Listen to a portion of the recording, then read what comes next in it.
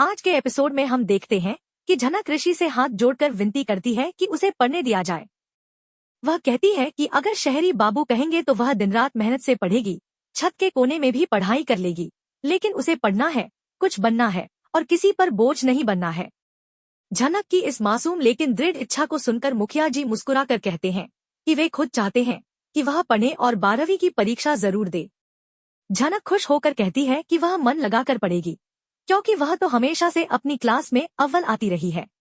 उसके बाबा भी समर्थन करते हुए कहते हैं कि बाकी की पढ़ाई भी वे पूरी करवा देंगे। लेकिन ऋषि यह सब सुनकर चुप नहीं रहता, बल्कि गुस्से में बोलता है कि आप लोग जो करना है कीजिए, मुझे अब इस बहस में नहीं पड़ना, और वह वहां से चला जाता है। दूसरी तरफ ऋषि मून को कॉल करके मिलने बुलाता है। मून थोड़ा नाराज होती है और कहती है कि वह क्लास में थी और ऋषि को ऐसा अचानक बुलाना ठीक नहीं लगता। ऋषि हंसते हुए कहता है कि उसे अपनी मंगेतर से मिलने का मन था, इसमें गलत क्या है। मून कहती है कि अंजू रानी ने साफ कहा है कि शादी से पहले कम मिलना चाहिए, नहीं तो रिश्ता खराब हो सकता है। इस पर ऋषि मजाक में कहता है कि फिर तो हमें और ज्यादा मिलना चाहिए ताकि शादी के बाद तुम मुझे देखने की आदत डाल सको। मून हंस पड़ती है और पूछती है कि क्या इतनी रोमांटिक डेट का कोई खास कारण है। ऋषि कहता है कि बस मन किया तो बुला लिया।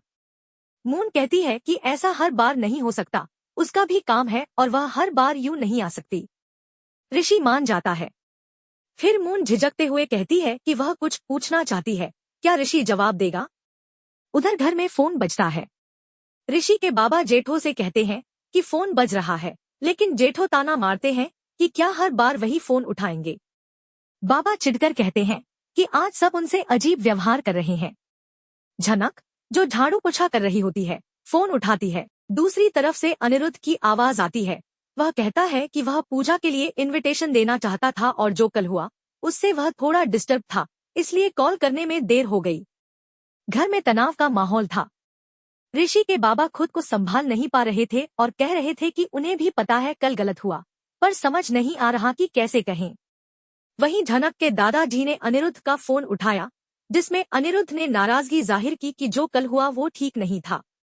दादाजी ने सफाई दी कि झनक ने माफी मांगी है, लेकिन गांव से आई लड़की है, इतनी जल्दी सब सीख नहीं सकती। झनक भी अपनी सफाई में कहती है कि अगर उन्हें पता होता कि वो शहरी बाबू के दामाद हैं, तो वो उन्हें परेशान ही क्यों करती।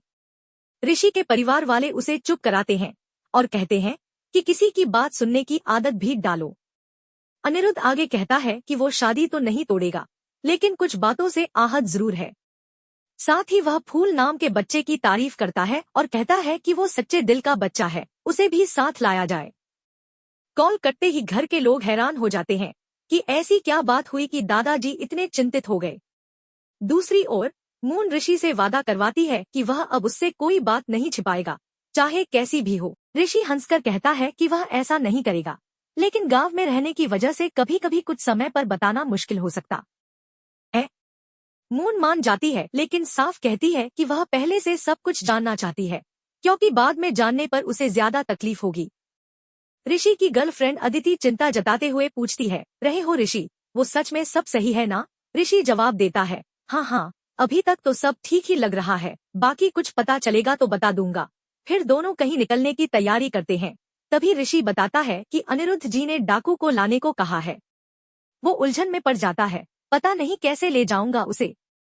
आफत की पुड़िया बुला ली है। अदिति घबरा जाती है, हे भगवान, मैं तो कुछ और ही सोचकर डर रही थी, ये तो अपने घर बुला रहे हैं, अब समझ नहीं आ रहा कैसे करेंगे, क्या करेंगे। मुखिया भी बीच में चुटकी लेते हैं, पता नहीं अब क्या सीन क्रिएट होगा। अदिति नाराज होकर पूछती है, मतलब क्या मैं सीन क्रिएट करूंगी।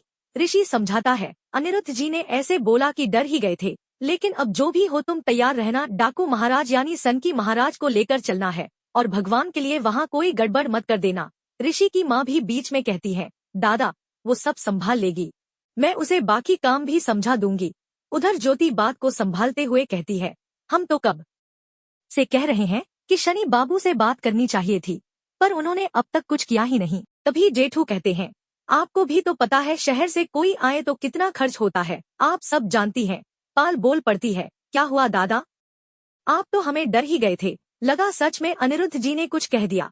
जेठू मुस्कुराते हुए बोलते हैं, अनिरुद्ध बहुत समझदार है, बड़े घर में पले बड़े होने के बावजूद जमीन से जुड़ा है, हर बात समझता है। तभी सीन कट होता है और झनक को अकेले में खाना खाते हुए दिखाया जाता है। अचानक उसकी आंखें भर आती हैं और वो रोने लगती है। उसकी सखी उसे समझाती है, नूतन ऐसे क्यों बैठी हो? पराशर उधर मुंह फुला के बैठा है, तुम इधर। आखिर कब तक ये चलेगा? नूतन आंसू पोंछते हुए कहती है, मुझे नहीं पता कब तक चलेगा। चलेगा मैं।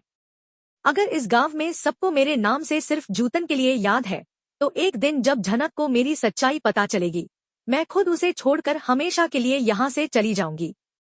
दूसरी तरफ घर के अंदर गिफ्ट्स की तैयारियां चल रही होती हैं।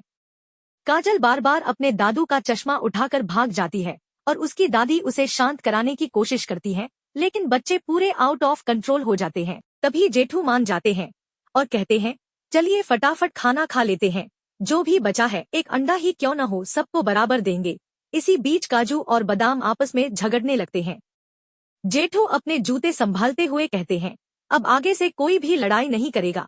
काजू तपाक से पूछती है, अच्छा आपको कैसे पता कि हमें बीमारी हो रही होगी? और जो आप हमें परेशान कर रहे हो उसका क्या? फिर वह बड़ो माँ की तरफ देखकर कहती है, देखिए न बड़ो माँ, ये कब से हमें तंग कर रहे हैं। बड़ो माँ गुस्से से कहती है, बस करिए जी, बहुत हो गया मजाक मस्ती, अब चुपचाप तैयार हो जाइए, जहाँ चलना है फटाफट चलें। तभी कोई बोल उठता है, देखा अच्छा हुआ इतना रुके थे, वरना अब तो 11 मिलेगा ही नहीं। 2 बार मिलेगा, एक बार आपको 10 और एक बार मुझे। रात के एपिसोड में ऋषिता झनक को बहुत झाड़ती है और उसकी सरेआम बेइज्जती कर देती है, जिससे दर्शकों को झटका लगता है।